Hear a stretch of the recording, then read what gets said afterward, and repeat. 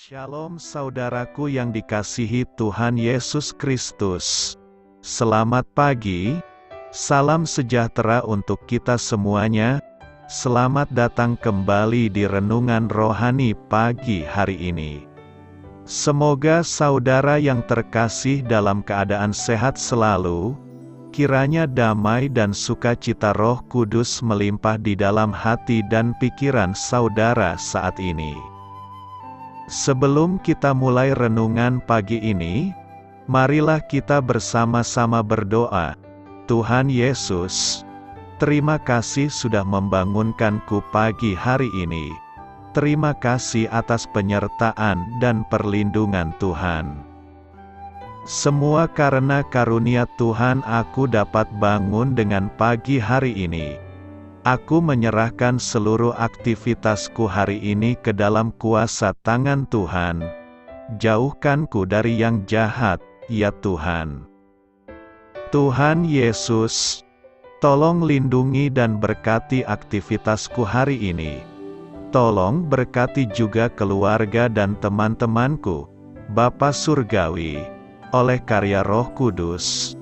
Tolonglah aku untuk menjauhi segala sesuatu yang melukai hati-Mu. Ampunilah segala dosa kami, ya Tuhan. Dalam nama Tuhan Yesus, aku sudah berdoa. Amin. Sahabat saudara rohani, pembacaan ayat emas Alkitab renungan kita hari ini terambil dari Keluaran 28 ayat 1 sampai dengan ayat 8 dan ayat 40 sampai 41. Engkau harus menyuruh abangmu Harun bersama-sama dengan anak-anaknya datang kepadamu dari tengah-tengah orang Israel untuk memegang jabatan imam bagiku. Harun dan anak-anak Harun, yakni Nadab, Abihu, Eleazar dan Itamar. Haruslah engkau membuat pakaian kudus bagi Harun, abangmu, sebagai perhiasan kemuliaan. Haruslah engkau mengatakan kepada semua orang yang ahli, yang telah kupenuhi dengan roh keahlian, membuat pakaian Harun, untuk menguduskan dia, supaya dipegangnya jabatan imam bagiku. Inilah pakaian yang harus dibuat mereka: tutup dada, baju efod, gamis, kemeja yang ada raginya, serban dan ikat pinggang. Demikianlah mereka harus membuat pakaian kudus bagi Harun, abangmu, dan bagi anak-anaknya, supaya ia memegang jabatan imam bagiku. Untuk itu haruslah mereka mengambil emas, kain ungu tua dan kain ungu muda, kain kirmizi dan lenan halus. Baju efod itu harus dibuat mereka dari emas, kain ungu tua dan kain ungu muda, kain kirmizi dan lenan halus yang dipintal benangnya, buatan seorang ahli. Haruslah ada pada baju efod itu 2 tutup bahu yang disambung kepadanya. Pada kedua ujungnya lah harus baju efod itu disambung. Sabuk pengikat yang ada pada baju efod itu haruslah sama buatannya dan seiras dengan baju efod itu, yakni dari emas, kain ungu tua, kain ungu muda, kain kirmizi dan lenan halus yang dipintal benangnya. Juga bagi anak-anak Harun haruslah kau buat kemeja-kemeja dan haruslah kau buat ikat-ikat pinggang bagi mereka, dan destar-destar haruslah kau buat bagi mereka untuk menjadi perhiasan kemuliaan. Maka semuanya itu haruslah kau kenakan kepada abangmu Harun bersama-sama dengan anak-anaknya. Kemudian engkau harus mengurapi, mentahbiskan dan menguduskan mereka, sehingga mereka dapat memegang jabatan imam bagiku. Ayat di atas terambil dari kitab Keluaran 28 ayat 1 sampai dengan ayat 8 dan ayat 40 sampai 41. Inti dari ayat emas renungan kita adalah haruslah engkau membuat pakaian kudus bagi Harun, abangmu, sebagai perhiasan kemuliaan. Mari kita mulai renungan pagi kita.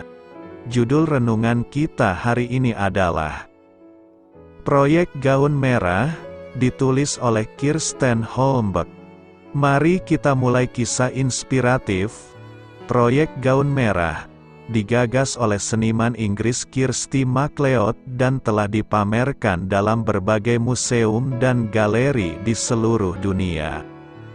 Selama 13 tahun, 84 potong sutra berwarna merah anggur diedarkan di seluruh dunia untuk disulam oleh lebih dari 300 wanita dan beberapa orang pria. Potongan-potongan tersebut kemudian dirangkai menjadi sehelai gaun, dengan membawa kisah dari setiap seniman yang berkontribusi banyak dari mereka miskin dan terpinggirkan.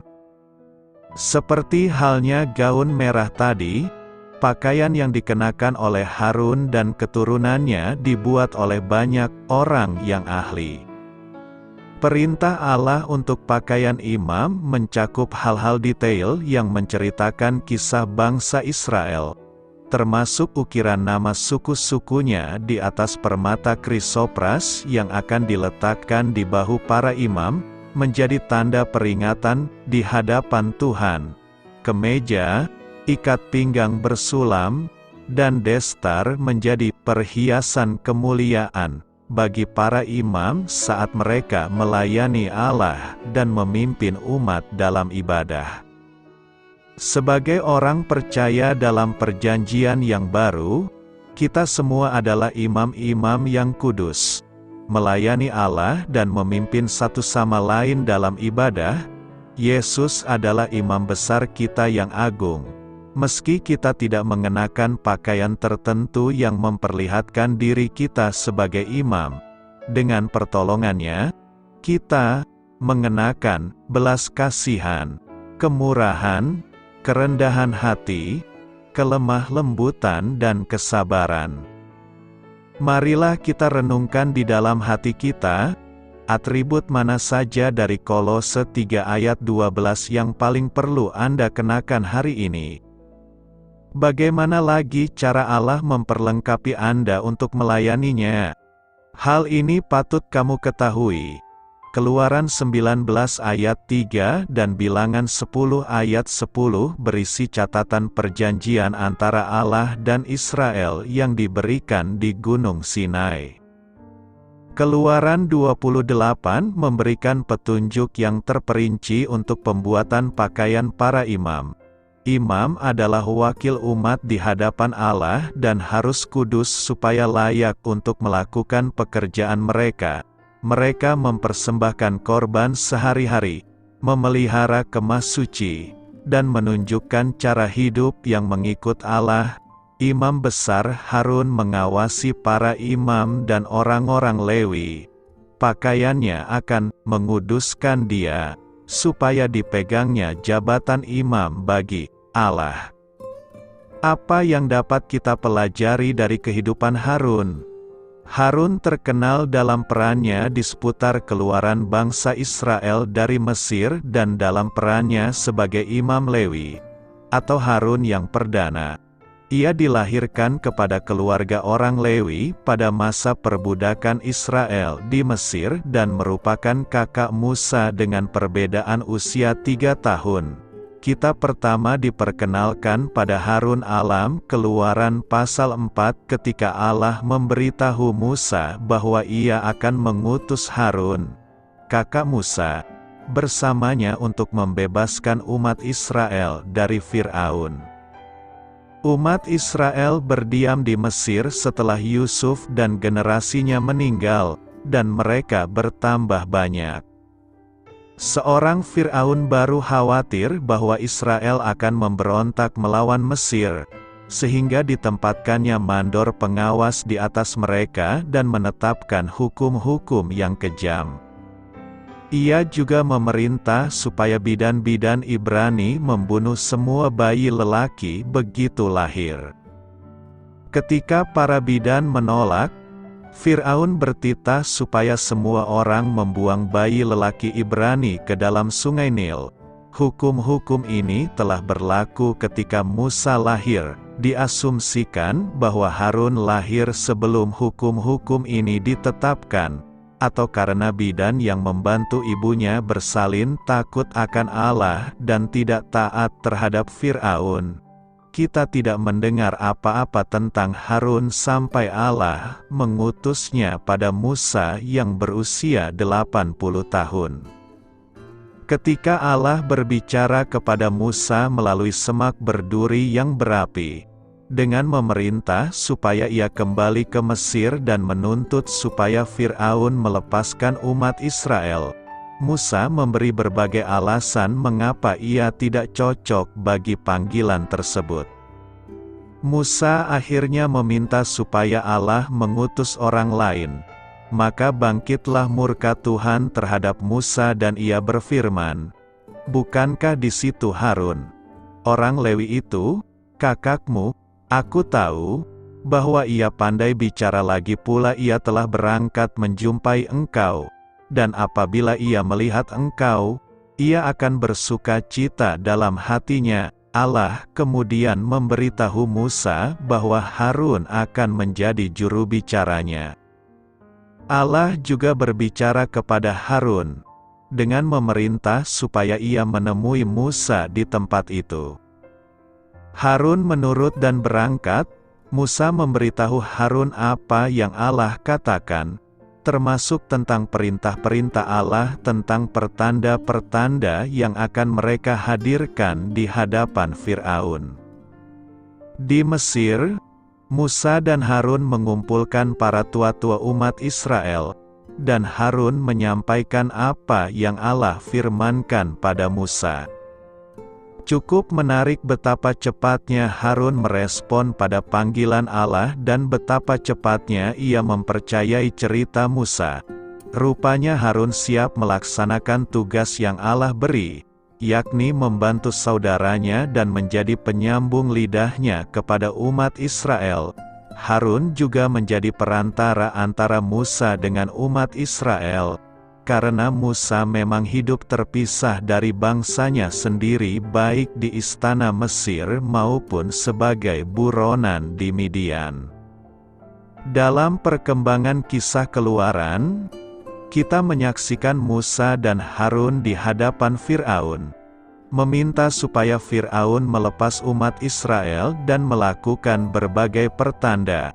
Allah berulang kali menggunakan tongkat Harun dalam berbagai pertanda dan tulah. Kedua pria itu taat pada perintah Allah, dan umat Israel akhirnya dibebaskan. Harun masih terus memimpin bersama Musa dalam perjalanan bangsa Israel di padang gurun, kadang sebagai hamba dan kadang sebagai juru bicara. Ketika umat Israel menggerutu pada Musa dan Harun, berkatalah Musa dan Harun kepada seluruh orang Israel, "Petang ini kamu akan mengetahui bahwa Tuhanlah yang telah membawa kamu keluar dari tanah Mesir.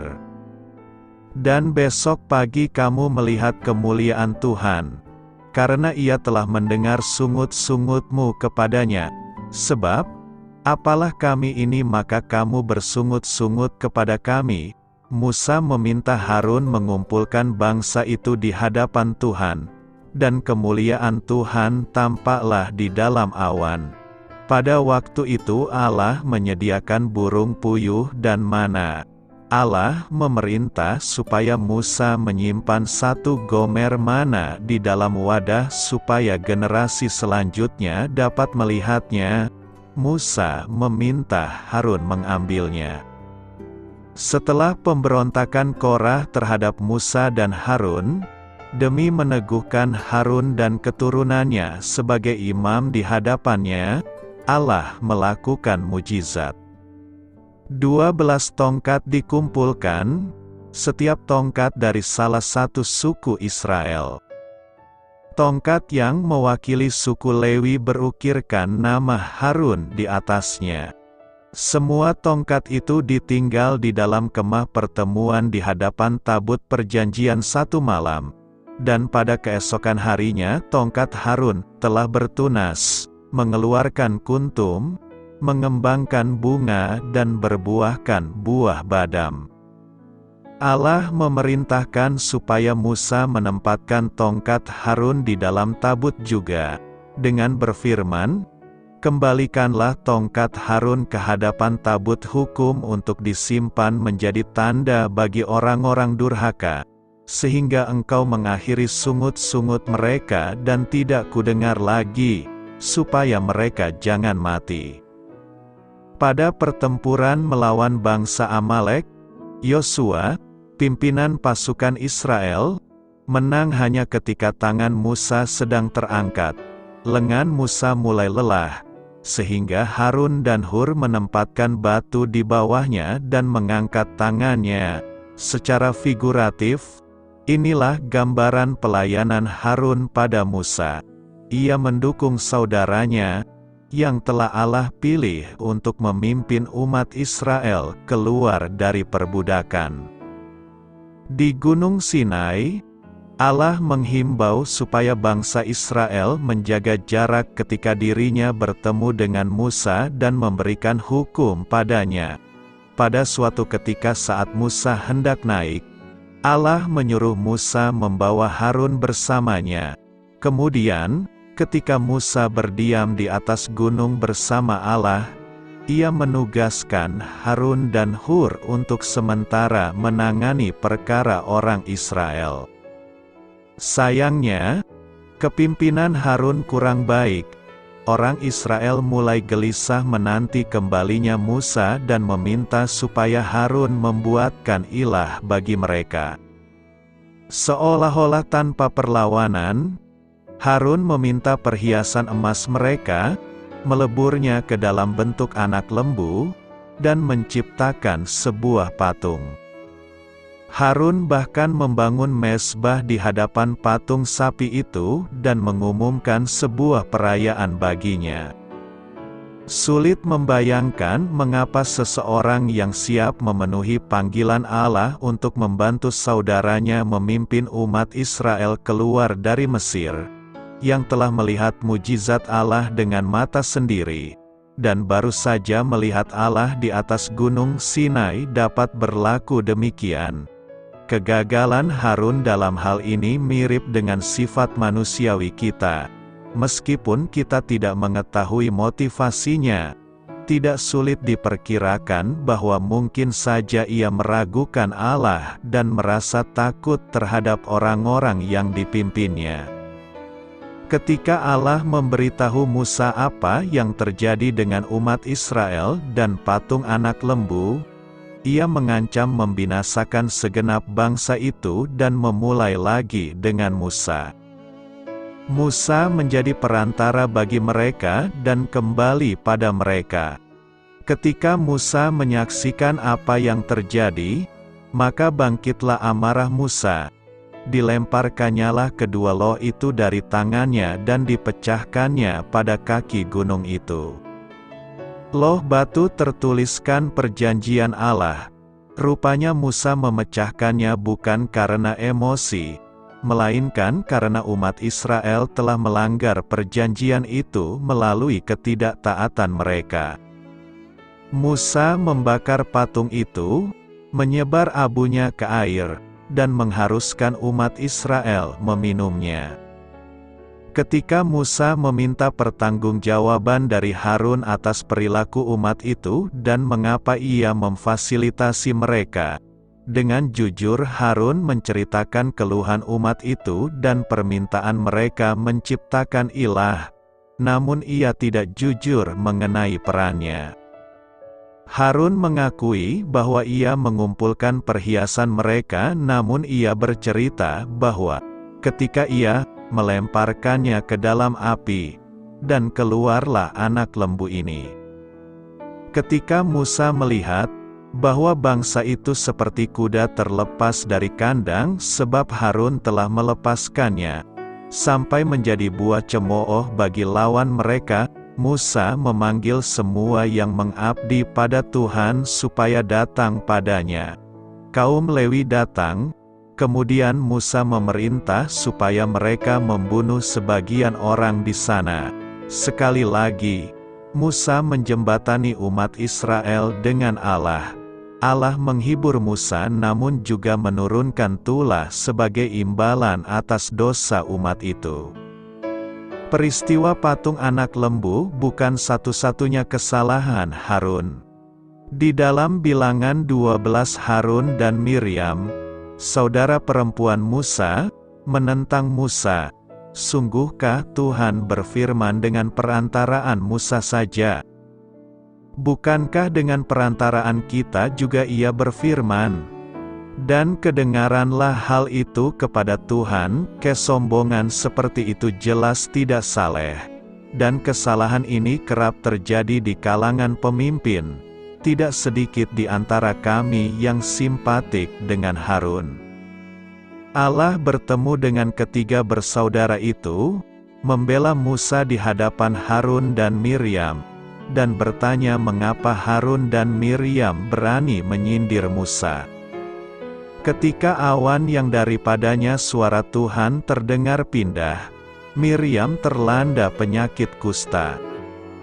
Harun meminta Musa supaya Miriam disembuhkan. Musa berdoa kepada Allah, dan setelah melewati masa 7 hari di luar kemah, Miriam disembuhkan. Adalah menarik bahwa Miriam dilanda penyakit kusta, sedangkan Harun lolos. Menarik pula bahwa dalam permohonan Harun pada Musa, ia mengakui dosanya dan meminta supaya penderitaan Miriam dapat segera berakhir. Sepertinya Harun benar-benar bertobat dalam peristiwa itu. Harun dan keturunannya ditetapkan oleh Allah sebagai imam bagi bangsa itu, dan Harun adalah imam besar perdana. Di atas Gunung Sinai, Allah memberi Musa perintah terkait keimaman, termasuk cara mentahirkan para imam dan pakaian yang harus mereka kenakan. Allah memberitahu Musa bahwa keimaman adalah milik Harun dan keturunannya untuk selamanya. Harun ditetapkan sebagai imam besar, dan garis keturunannya menjabat sebagai imam hingga kehancuran bait pada tahun 70. Kitab Ibrani dalam Perjanjian Baru membandingkan keimaman Yesus yang permanen dengan keimaman Harun. Para imam menurut garis keturunan Lewi harus mempersembahkan kurban atas dosa pribadi mereka kemudian atas dosa umat secara terus-menerus. Yesus tidak berdosa, dan pengorbanannya bagi umat dilakukan sekali untuk selamanya. Meskipun keturunan Harun menyusulnya sebagai imam, kedua putranya Nadab dan Abihu dibunuh Allah ketika mereka mempersembahkan ke hadapan Tuhan api yang asing yang tidak diperintahkannya kepada mereka. Ketika Musa menjelaskan pada Harun maksud bahwa Allah mempertahankan kekudusannya, Harun terdiam. Harun tidak membela putranya, dan ia tidak menyalahkan Allah. Tampaknya Harun memahami kekudusan Allah dan menerima hukumannya atas kedua putranya. Seperti Musa, Harun tidak diizinkan masuk ke tanah perjanjian karena dosa mereka di Meriba. Allah memerintah supaya Musa, Harun, dan Eleazar naik ke Gunung Hor. Di sana Eleazar dilantik sebagai imam besar, dan di sana Harun pun meninggal. Kehidupan Harun adalah pertunjukan kekudusan dan rahmat Allah. Harun mulai sebagai hamba yang taat dan setia, dengan sukarela datang kepada Musa dan menjadi perantaranya. Ia juga melayani dengan setia sebagai imam dalam sistem pengorbanan yang kelak akan Allah gunakan sebagai ilustrasi rancangan keselamatan melalui Yesus Kristus. Sama halnya dengan semua orang, Harun adalah orang berdosa, setelah menyaksikan kehebatan Allah, ia tetap membuat patung anak lembu dari emas dan memimpin upacara penyembahannya. Namun Harun juga belajar dan berkembang, dengan mengakui dosanya terhadap Musa dan menerima hukuman atas kedua putranya. Dari Harun kita belajar tentang cara melayani sesama kita, membantu memikul tanggung jawab kepemimpinan, dan tunduk kepada Allah. Pakaian dan tanggung jawab jabatan. Pembuatan pakaian imam dalam bacaan Alkitab hari ini merupakan pelaksanaan perintah Allah kepada Musa dalam pasal 28. Dalam pasal 28, pakaian kudus untuk imam besar yang akan dipakai oleh Harun itu disebut sebagai perhiasan kemuliaan. Akan tetapi, dalam pasal 39 yang kita baca hari ini, pakaian tersebut disebut sebagai pakaian jabatan. Sebutan perhiasan kemuliaan menunjukkan bahwa jabatan sebagai imam besar merupakan jabatan yang mulia, sedangkan sebutan pakaian jabatan menunjukkan bahwa jabatan imam besar menuntut tanggung jawab yang besar. Sesudah menjabat sebagai imam besar, gaya hidup Harun harus disesuaikan dengan jabatannya. Dari sisi kemuliaan, jabatan sebagai imam besar bisa menimbulkan kebanggaan. Akan tetapi, dari sisi tanggung jawab, jabatan sebagai imam besar seharusnya menimbulkan kegentaran. Sebagai seorang imam besar, Harun harus terus waspada agar dia bisa terus hidup dalam kekudusan. Kegagalannya mengatasi permintaan bangsa Israel yang menuntut pembuatan patung anak lembu emas saat Musa berada di atas Gunung Sinai seharusnya membuat Harun selalu waspada agar dia tidak melakukan kesalahan lagi. Walaupun jabatan sebagai imam besar mungkin membangkitkan kebanggaan, Harun harus selalu mengingat bahwa jabatan sebagai imam besar adalah jabatan pelayanan. Harun melaksanakan jabatannya sebagai seorang yang melayani dalam peribadatan, bukan sebagai seorang penguasa yang memerintah para imam.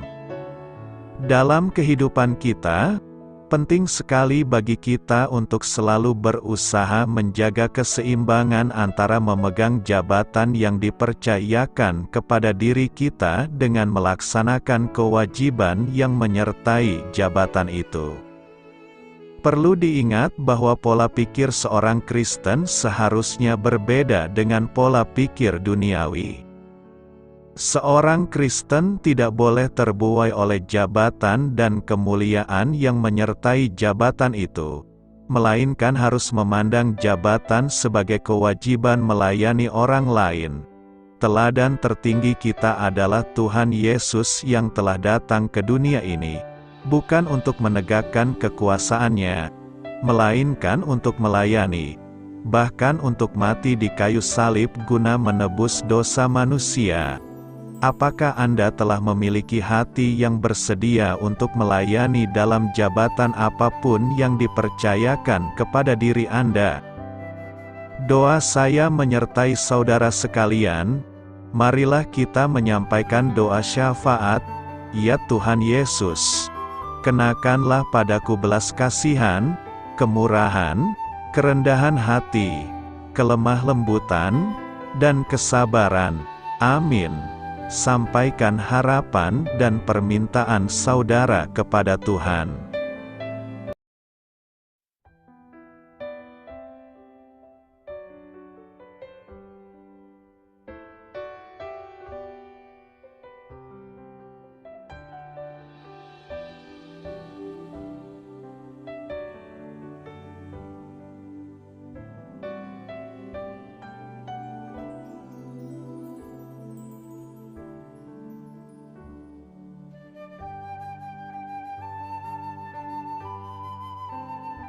Marilah kita renungkan sahabat saudara rohani. Demikianlah renungan firman Tuhan pagi hari ini. Semoga menjadi berkat dalam hidup kita. Dan sebelum kita memulai segala aktivitas kita pagi hari ini, marilah kita berdoa. Selamat pagi Bapa, malam hari telah berganti pagi. Kehidupan baru telah Engkau berikan kembali bagi kami. Bapa Surgawi, tolonglah aku menyadari kebutuhan orang lain, supaya aku dapat membagikan apa yang telah Engkau berikan kepadaku.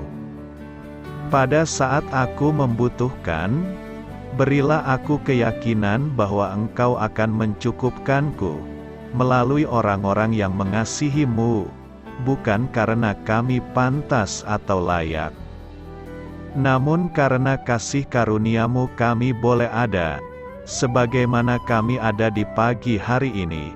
Terima kasih Tuhan, atas kesempatan baru yang telah Tuhan berikan kepada kami, untuk bisa memperbaiki diri agar kami bisa lebih layak di hadapan-Mu. Hari ini kami serahkan semua perkara dan kesulitan yang akan kami lalui ke dalam tangan-Mu. Biarkanlah kami bisa memuliakan-Mu dalam segala aktivitas yang akan kami lakukan. Amin. Biarlah firman Tuhan menjadi pengingat untuk kita semua, bahwa tuntunan dari Roh Kudus akan selalu memberi jalan keluar bagi setiap permasalahan hidup kita, dan memberi kedamaian di hati kita. Sampai jumpa di renungan pagi saudara rohani berikutnya. Kiranya Tuhan selalu memberkati saudara semua hari ini. Amin. Shalom.